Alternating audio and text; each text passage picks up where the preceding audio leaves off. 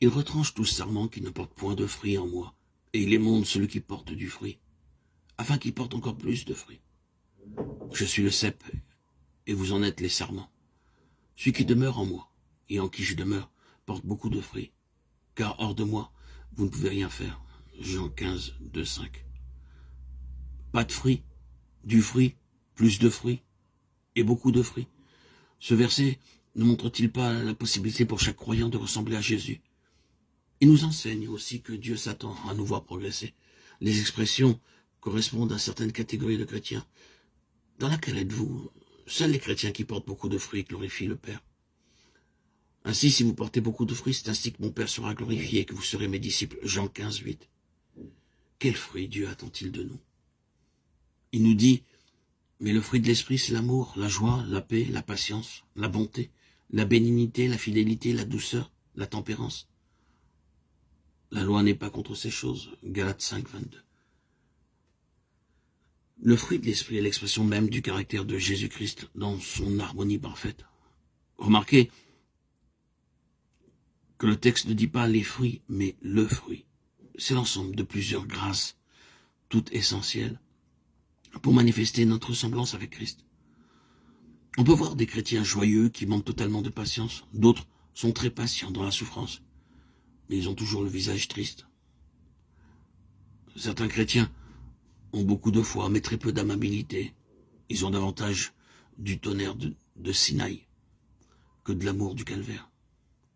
Ils défendent la doctrine avec plus de succès qu'ils ne la mettent en pratique. Certaines personnes sont la bonté même, mais leur caractère soucieux fait qu'on ne recherche guère leur compagnie. Elles ont la bonté, mais pas la paix. Le chrétien doit avoir toutes les grâces. Elle lui donne une personnalité attrayante dans laquelle le monde reconnaît Christ. En vérité, je vous le dis, celui qui croit en moi fera aussi les œuvres que je fais, et il en fera de plus grandes, parce que je m'en vais au Père. Jean 14, 12. Jésus dit ces paroles à des hommes sans grande instruction. L'un d'eux était un vieux pécheur, au teint basané, la peau tannée par les intempéries. Il ne serait guère à son aise dans certaines facultés de théologie, dont il n'aurait du reste probablement pas réussi à passer l'examen d'entrée. Mais il était de ceux à qui la promesse fut faite en un jour. En un jour, elle s'accomplit.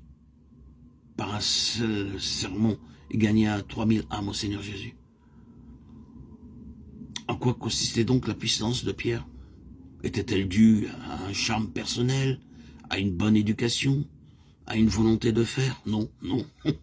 Bien qu'il y eût beaucoup de qualités chez ce vieux pécheur impulsif et plein de zèle, aucune d'elles ne pouvait faire prévoir un tel accomplissement de la promesse du Seigneur.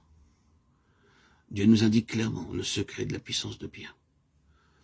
Vous recevrez une puissance, le Saint-Esprit survenant sur vous, et vous serez mes témoins à Jérusalem, dans toute la Judée, dans la Samarie et jusqu'aux extrémités de la terre.